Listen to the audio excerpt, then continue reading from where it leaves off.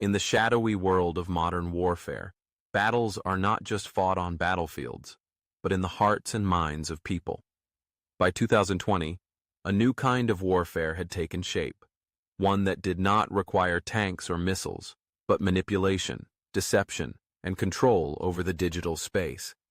At the center of this was Operation Ghostwriter, a massive disinformation campaign orchestrated by the GRU to spread propaganda and destabilize Europe from within.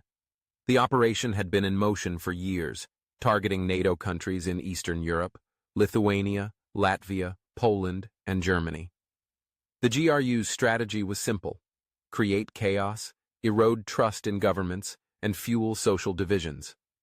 Using a sophisticated network of cyber operatives, the Russian military intelligence agency infiltrated news outlets, planted fake narratives, and even hacked into official government websites to spread their own fabricated stories. One of their primary tactics was forging official documents and publishing them as leaks. They created fake letters supposedly signed by NATO commanders, falsely claiming that Western troops had committed atrocities against civilians.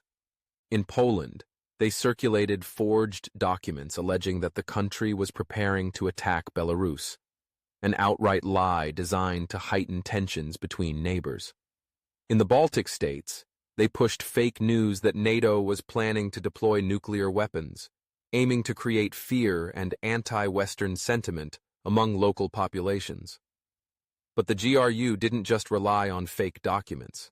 They hacked media outlets and replaced real news articles with Kremlin-crafted propaganda. They hijacked social media accounts, posting disinformation under the names of journalists and political figures.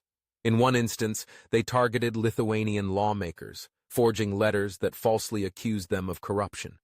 The goal was to breed distrust, making citizens question whether their leaders were acting in their best interest or serving foreign powers. As Western intelligence agencies began to investigate, the scale of Operation Ghostwriter became clear. Cybersecurity firms traced the disinformation network back to the GRU's cyber warfare units. NATO and the European Union condemned the campaign, but by then, the damage had already been done. The seeds of division had been planted.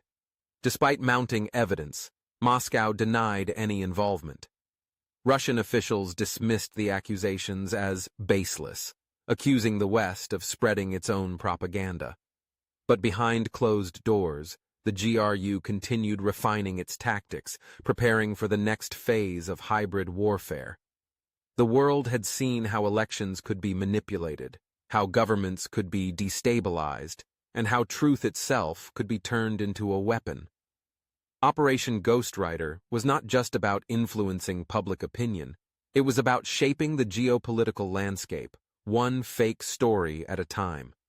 It proved that in the digital age, the most dangerous weapons were not guns or bombs, but narratives, carefully crafted and deployed with precision.